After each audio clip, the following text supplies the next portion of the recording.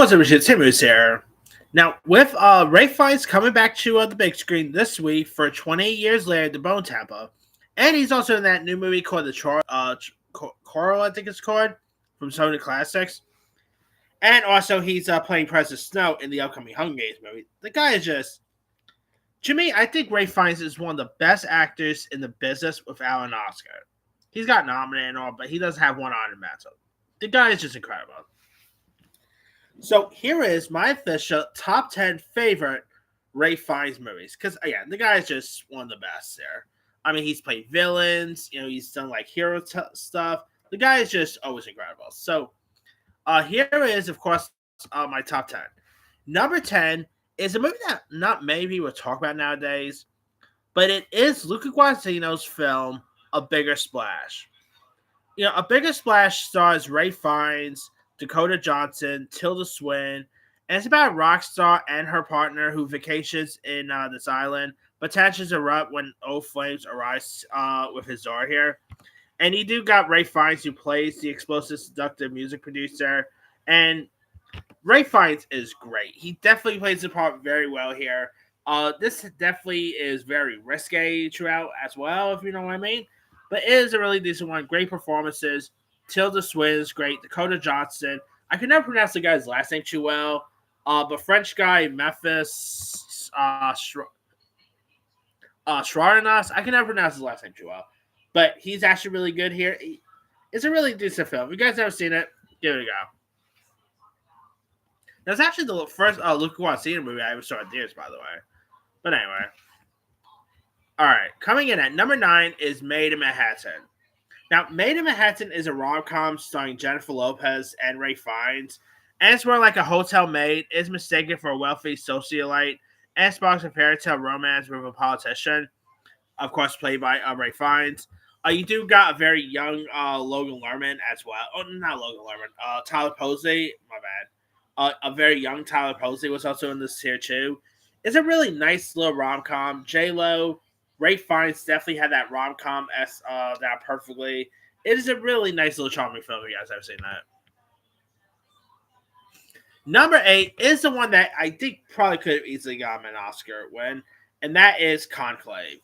Conclave is terrific. Here, of course, it follows the death of a pope, where powerful cardinals gather in secrecy to elect his successor here.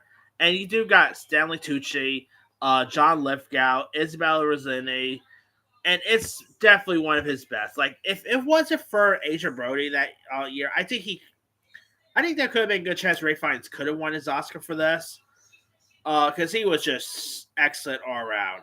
Really plays the part very well. Does such a great job here. It's such a wonderful performance throughout. All right, number 7 is The Menu. Now, The Menu is a really good one. This was, of course, this starred the likes of Anna Taylor-Joy, Nicholas Hoult, and it's where, like, guests who attends, like, this dining experiment on a remote island, only to discover the evening's courses comes with, like, daily attentions here. And Ray Fiennes, of course, plays the unhinged culinary chef.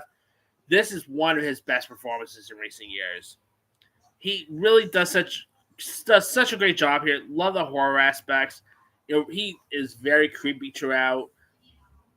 Wonderful performance. I think he actually got a Golden Globe nomination, if I'm not mistaken. Well deserved there. Of course, Anna Taylor-Joy, John Leguizamo, Hong Chau's great in this.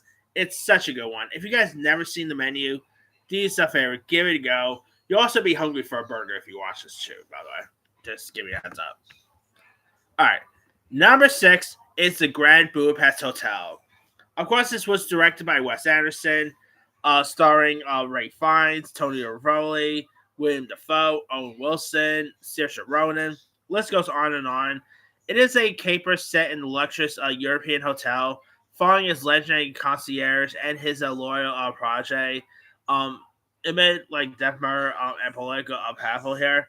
And here you got Ray Fiennes, who plays Gustav H., who's a flamboyant concierge devoted to art, romance, and old world alliance here. Now, of course, Ray Fiennes will go on to work with Wes Anderson again in that short that hit on Netflix based on the Roald Dahl story. So there's that.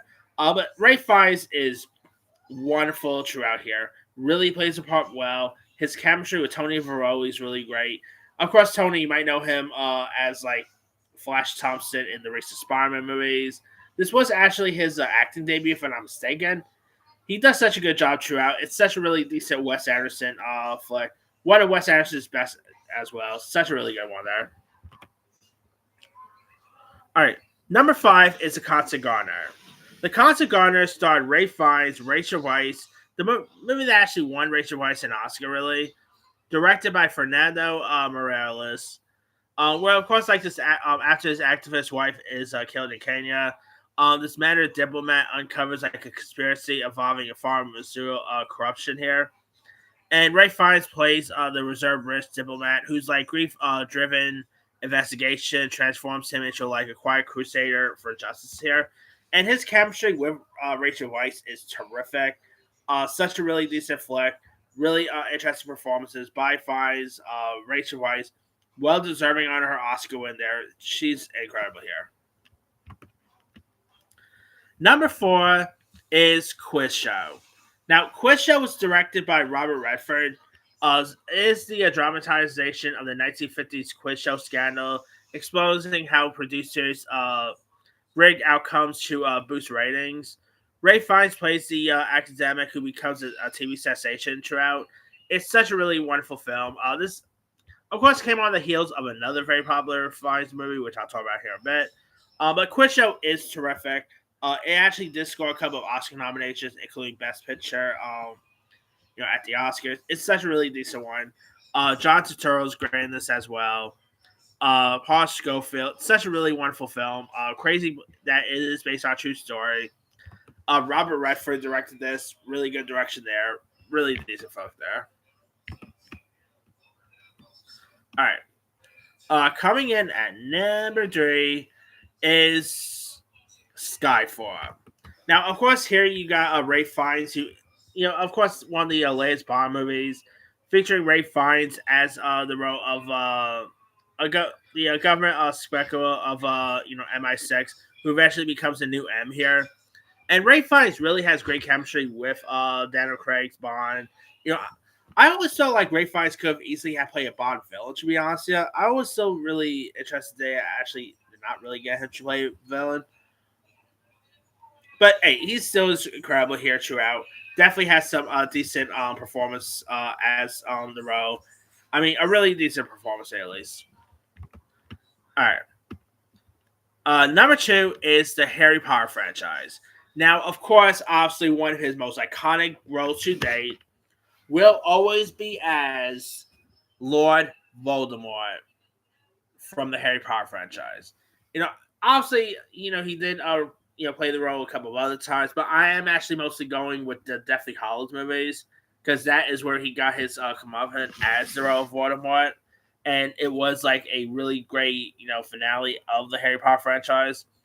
And yeah, Ray Fiennes just one of his greatest roles today. If I was to do my top 10 favorite roles of Ray Fiennes, this will probably be number 1.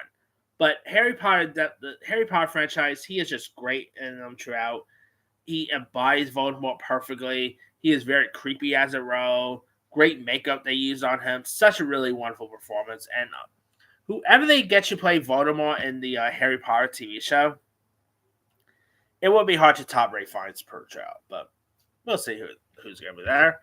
And obviously his best work is Schindler's List. The one that I can say this is one that really put him on the map for most people. Schindler's List was directed by Steven Spielberg, based on a true story, and follows German industrialist Oskar Schindler, who saves over 1,000 Jews refugees during the Holocaust by employing them to his factories here. And Liam Neeson is great as Oskar Schindler.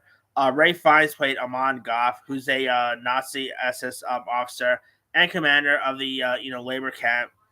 And he is he portrays the role with a very chilling realism, a very terrifying villain, to say the least. Such a wonderful role. Definitely one that really this movie actually scored him his first ever Oscar nomination. And I'm Tom Hanks. He was of course great in. Wait. I'm trying to remember who. I don't know. It was Liam Neeson who was nominated for Best Actor. I'm trying to remember who was nominated alongside. Fine, I gotta double check that. I can't remember who was nominated with him, but I think this is actually the movie should have won him his first Oscar, in my opinion, because it's definitely one of his best performances to date. Does such a great job throughout. He is very terrifying here. He's wonderful performance throughout. Such a good performance there. But that's pretty much it. Here's my quick rundown. Number 10, A Bigger Splash. 9, Made in Manhattan. 8, Conclave. 7, The Menu. 6, The Grand Budapest Hotel. 5, The Constant Gardener. 4, Quiz Show. 3, Skyfall. 2, The Harry Potter franchise. And number 1 is Schindler's List. Now, a couple of other ones he's done. Of course, he voiced Alfred in the Lego Batman movie. Of course, The English Patient. He was great in that, which, of course, won Best Picture at the Oscars. The Reader with Kate Winslet. Strange Days. Official Secrets. Red Dragon. The Hurt Locker. The End of Violence. Hail Caesar. He was great in that. In Bruges. Wallace and Gromit. White Crow. Many others. Let me let you guys. What are some of your favorite Ray Fiennes films? Drop comments below. Don't forget to like, subscribe, hit that bell for notification. This is Tim Simon.